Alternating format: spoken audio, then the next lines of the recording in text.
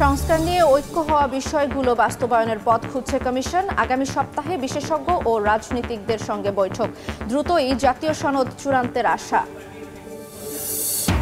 BNP বিরোধী শক্তিশালী জোট গঠনে তৎপর জামায়াত। এনসিপিকে টানার গুঞ্জন, পেয়ার পদ্ধতিতে আর দাবি তুলে আওয়ামী লীগকে পুনর্বাসন চেষ্টার অভিযোগ টুকুর। ছুটির দিনে বাজারে আগুন, সরবরাহ কমার অজুহাতে বেড়েছে পেঁয়াজের দাম। সবজি, মুরগি ও চড়া কিছুটা কমেছে ইলিশের দর। 2000-এর নিচে নামলো মাঝারি আকারের কেজি। এবং নেতানিয়াহুর গাজা সিটি দখলের পরিকল্পনা ইসরায়েলের নিরাপত্তা মন্ত্রিসভায় অনুমোদন। যুদ্ধবন্ধের দাবিতে তেল আবিবে বিক্ষোভ, ফিলিস্তিনিকে স্বীকৃতি দেবে অস্ট্রেলিয়া।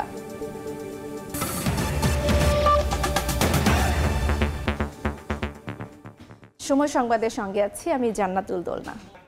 সংস্কার নিয়ে রাজনৈতিক দলগুলোর সঙ্গে ঐক্য হওয়া বিষয় বাস্তবায়নের পথ খুঁজছে কমিশন। এ নিয়ে আলোচনায় আগামী সপ্তাহে বিশেষজ্ঞদের সঙ্গে ও এর পরে দলগুলোর সঙ্গে বসার কথা জানিয়েছেন ঐকমত্য কমিশনের সহসভাপতি ডক্টর আলী রিয়াজ। সকালে জাতীয় সংসদ ভবনের এলডি হলে সংবাদ সম্মেলনে তিনি জানান, 5 সংস্কার কমিশনের 166টি গুরুত্বপূর্ণ সুপারিশের খসড়া 28 জুলাই বিভিন্ন রাজনৈতিক দলের কাছে পাঠানো হয়েছে।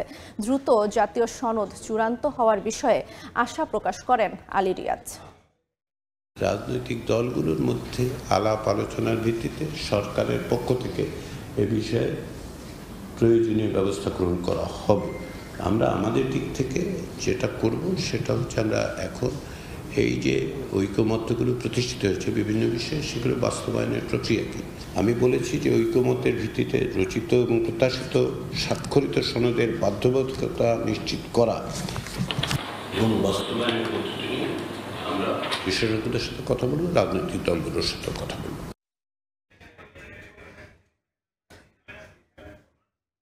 বিএনপি বিরোধী শক্তিশালী জোট গঠনে তৎপর জামায়াতে ইসলামী।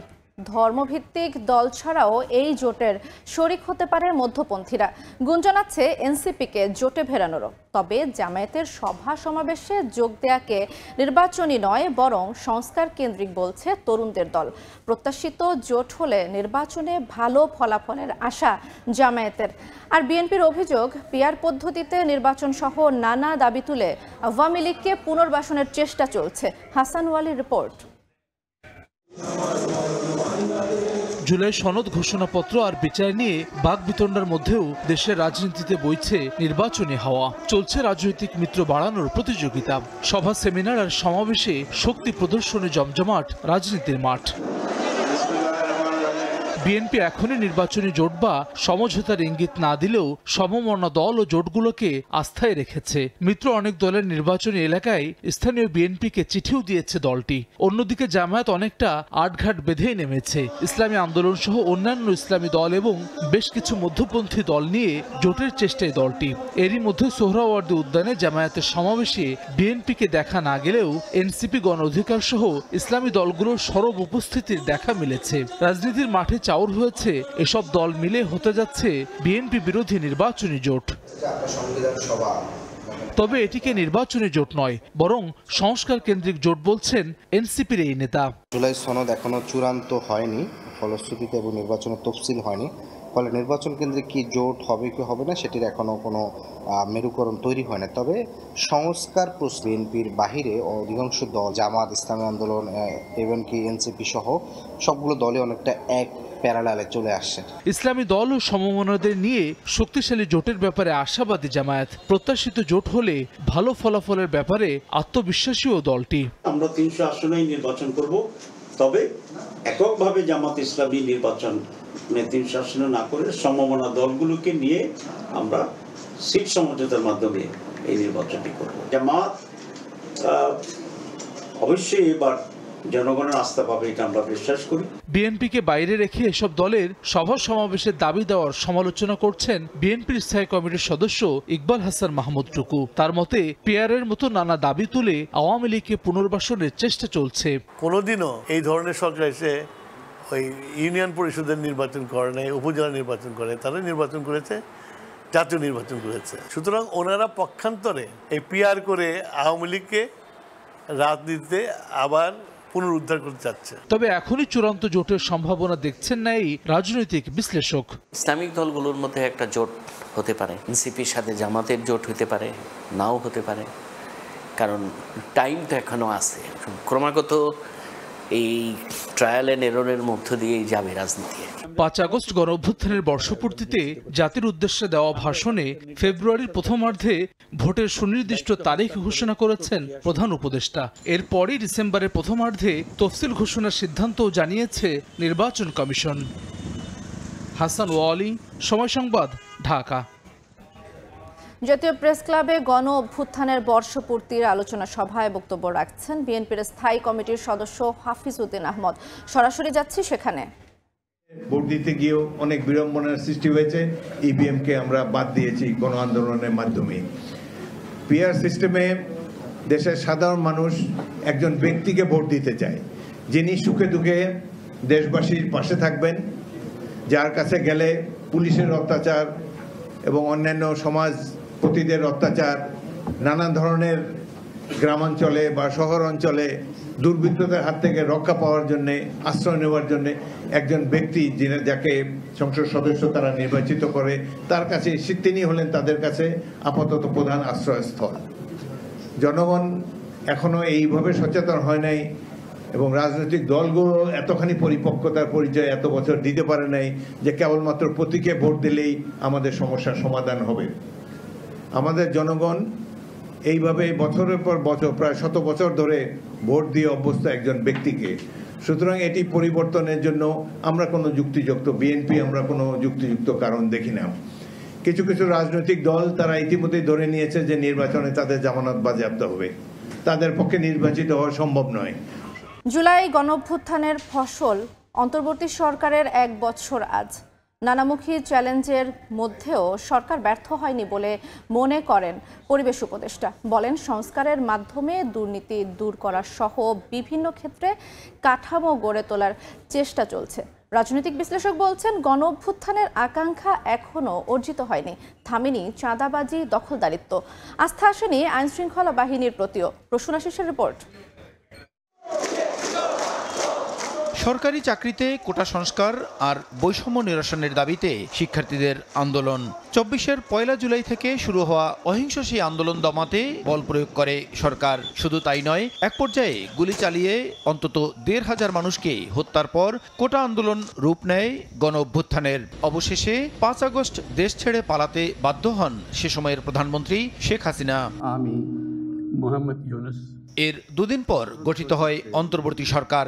গত বছর 8 আগস্টের এই দিন সন্ধ্যায় নোবেলজয়ী ডক্টর মোহাম্মদ ইউনুসের নেতৃত্বে শপথ নেয় অন্তর্বর্তী সরকার। কেমন কাটলো অন্তর্বর্তী সরকারের এই একটি বছর? সকলের প্রতি যে আকাঙ্ক্ষা আর স্বপ্নকে ধারণ করে জুলাই অভ্যুত্থান ও নতুন সরকারের যাত্রা শুরু হয়েছিল তা এখনো অর্জিত হয়নি বলে মন্তব্য করে ঢাকা বিশ্ববিদ্যালয়ের শিক্ষক ডক্টর সাব্বির আহমেদ বলেন, চাঁদাবাজি, দখলদারিত্ব সহ ফ্যাসিবাদী আচরণ দমনে সরকার এখনো সফল নয়। রেমিটেন্স প্রবাহ সচল থাকলেও আইন শৃঙ্খলা বাহিনীর উপর জনগণের আস্থা ফেরেনি এখনো। ফ্যাসিবাদের সময় আমরা যে আপনার চাঁদাবাজি দেখেছি সেটা কিন্তু এখনো পূর্ণ উদ্যম বিদ্যমান। ল অ্যান্ড অর্ডার রিমার্কেবলি যে উন্নতি হয়েছে সেটা বলবো না। তারা যে ঐক্যমত কমিশনের মাধ্যমে রাষ্ট্র সংস্কারের যে কিছু ইতিবাচক উদ্যোগ গ্রহণ করেছে সেটাকে তো অবশ্যই আমরা সাধুবাদ জানাই। এদিকে সরকারের প্রভাবশালী এই উপদেষ্টার মতে 1 বছরের কর্মকাণ্ড বিচার করে নয়, বরং নানা চ্যালেঞ্জের মুখে সরকারের সদিচ্ছাকে বিবেচনায় নেওয়াই হবে সফলতা বা ব্যর্থতার নির্ণায়ক। 5 বছরের একটা সরকারকে যেই মাপকাঠি দিয়ে জাজ করেন, 1 বছরের একটা সরকারকে সেই মাপকাঠি দিয়ে জাজ করবেন কিনা, জাজ করার ক্ষেত্রে তার সদিচ্ছাটাকে আপনারা বিবেচনায় নেবেন কিনা। যে সদিচ্ছাটাকে বিবেচনায় নেন, আমি বলবো কোনো জায়গাতেই আমরা ফেল করিনি। এ সময় 2-1টি মন্ত্রণালয়ের উদাহরণ টেনে তিনি বলেন, সকল ক্ষেত্রে প্রায় সম্পূর্ণ ভেঙে পড়া একটি সিস্টেম নিয়ে শূন্য থেকে কাজ করতে হয়েছে নতুন সরকারকে, যেখানে পুরো রাষ্ট্রযন্ত্রের প্রায় সকল ক্ষেত্রে একটি কল্যাণমুখী সিস্টেম গড়ে তোলার চেষ্টা করেছে সরকার, যা পরবর্তী সরকার এসে জনগণের কাছে পৌঁছে দেবে। এইগুলো আসলে 1-1.5 বছরে আমরা করে যেতে পারবো না, কিন্তু আমরা একটা সিস্টেম ইন প্লেস আনবার চেষ্টা করব যেটার ফলে পরবর্তীতে এই সিস্টেমটা ডেলিভার্ড হবে এবং সেটা তখনই ডেলিভার্ড হবে যখন পরবর্তী নির্বাচিত সরকারগুলো সেটাকে ওন করবে। রাজনৈতিক ঐকমত্য ছাড়া এ সরকারের সংস্কার বা পরিবর্তনগুলো টেকসই হবে না মন্তব্য করে বলেন, যেসব ক্ষেত্রে ঐকমত্য হবে সেগুলো স্বাক্ষরিত হওয়া উচিত। পরিবর্তনটাকে টেকসই করতে আমরা ঐক্যমতের দিকে যাচ্ছি। পলিটিক্যাল কনসেনসাসে যদি আমরা 10টা জিনিস করতে পারি ওইটা কিন্তু টিকে যাবে। পলিটিক্যাল কনসেনসাস ছাড়া আমরা 20টা জিনিস করলে সেটা কিন্তু টিকবে না। আমাদের আপ্রাণ চেষ্টা হবে যে সমস্ত জায়গায় ঐক্যমত হয় সেগুলো যেন স্বাক্ষরিত ঐক্যমত হয়। আমরা বিচারেও এগিয়েছি, সংস্কারেও এগিয়েছি, এখন প্রাতিষ্ঠানিকভাবে নির্বাচনের যাত্রা। দায়িত্ব পালন শেষে অন্তর্বর্তী সরকারের উপদেষ্টারা সবাই স্ব কাজে ফিরবেন বলেও জানান পরিবেশ উপদেষ্টা। আমরা যেই কাজ করতাম সেই কাজে ফেরত যাব। প্রসূন আশিস, সময় সংবাদ, ঢাকা। সরবরাহ কমায় রাজধানীতে বেড়েছে পেঁয়াজের দাম, বাড়তি সবজির বাজার। যদিও কিছুটা কমেছে ইলিশের দাম। বাজারের সবশেষ পরিস্থিতি জানাতে এই মুহূর্তে রাজধানীর কারওয়ান বাজারে আছেন সহকর্মী সাদিক হাসান ইমন। সরাসরি যাচ্ছি তার কাছে। রাজধানীর কারওয়ান বাজারে আছে এখন। এই কাঁচা বাজারে কিন্তু প্রায় প্রত্যেকটি সবজির দামই বেড়েছে। যদি বলি 20 থেকে 20-25 টাকাও কিন্তু বেড়েছে 10 টাকা থেকে। তো এখানে টমেটোর দাম কিন্তু গত সপ্তাহে 100 টাকায় বিক্রি হয়েছিল, এবার 120 টাকা বিক্রি হচ্ছে এই সপ্তাহে। শসার দাম কিন্তু গত সপ্তাহে 80 টাকা বিক্রি হয়েছিল, এই সপ্তাহে 100 টাকা বিক্রি হচ্ছে। পেঁপের দাম কিন্তু 7-8 টাকা বেড়ে এই সপ্তাহে বিক্রি হচ্ছে 30 টাকায়। করলা 50 টাকায় বিক্রি হচ্ছে, ঢেঁড়স 60 টাকায়। গাজর কিন্তু 20 টাকা বেড়ে এই সপ্তাহে 120 টাকায় বিক্রি হচ্ছে। তারপরে যদি দেখি যে কাঁচামরিচ কিন্তু 140 থেকে 160 টাকায় বিক্রি হচ্ছে। পেঁয়াজের দাম গত সপ্তাহ থেকে 10 টাকা বেড়েছে। গত সপ্তাহে 70 টাকায় বিক্রি হচ্ছিল, এই সপ্তাহে বিক্রি হচ্ছে 80 টাকায়। আর মুদি দোকানের সব পণ্যেরই দাম মোটামুটি একই রকম রয়েছে, তবে মসুরের ডালের দাম বেড়েছে। গত সপ্তাহে 140 টাকায় বিক্রি হচ্ছিল, এই সপ্তাহে বিক্রি হচ্ছে 150 থেকে 155 টাকায়। ব্রয়লার মুরগির কথা যদি বলি তাহলে সেটিও কিন্তু 10 টাকা বেড়েছে। 10 টাকা বেড়ে এই সপ্তাহে বিক্রি হচ্ছে 165 থেকে। কিন্তু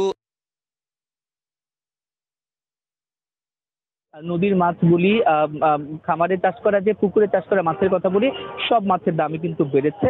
তবে কিছুটা কমতির দিকে রয়েছে ইলিশের দাম। ইলিশ কিন্তু 1 কেজি ওজনের যে ইলিশ সেটা কিন্তু করা যে পুকুরে চাষ করা মাছের কথা বলি, সব মাছের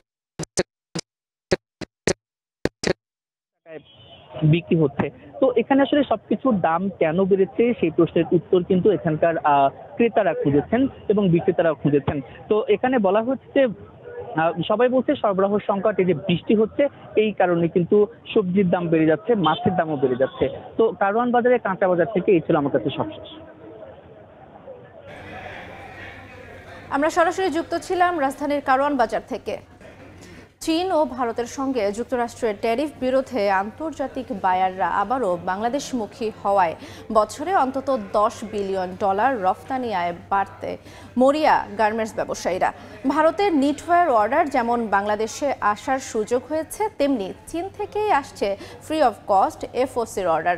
এক্ষেত্রে শুল্কায়নের মতো বিদ্যমান জটিলতাগুলো দ্রুত নিরসনের দাবি জানিয়েছে BGMEA।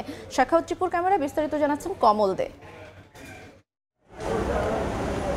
বাংলাদেশের ছোট বড় 4500 গার্মেন্টস কারখানার মধ্যে অন্তত 1300 কারখানা মার্কিন বায়ারের কাজ করছে।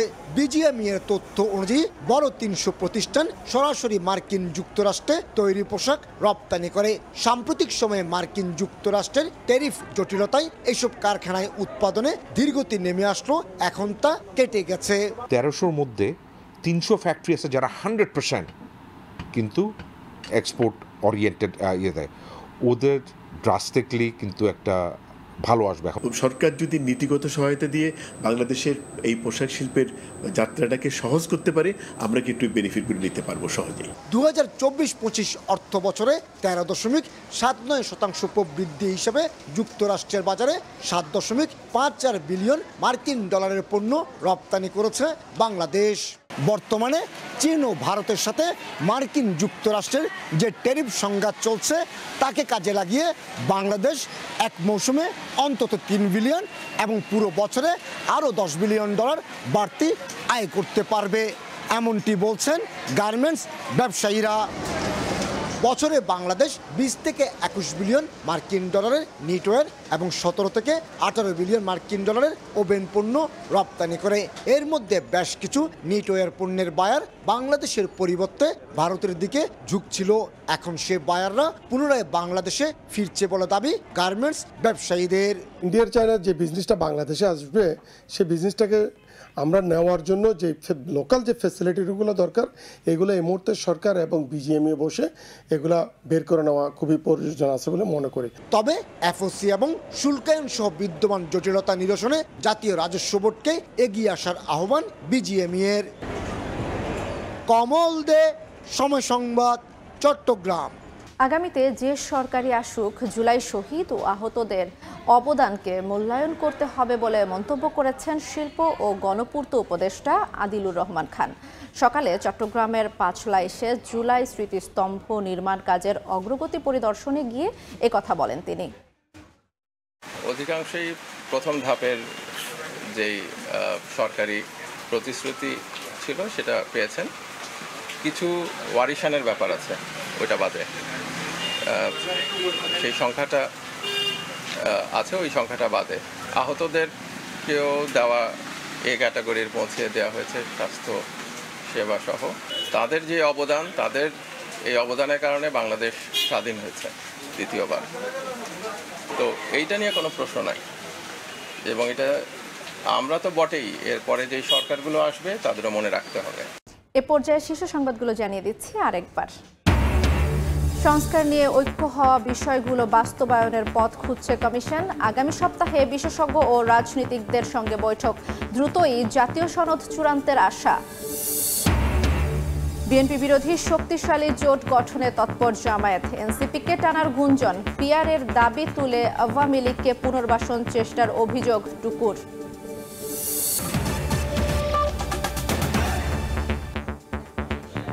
এই ছিল সময় সংবাদের সঙ্গে থাকুন সময়ের।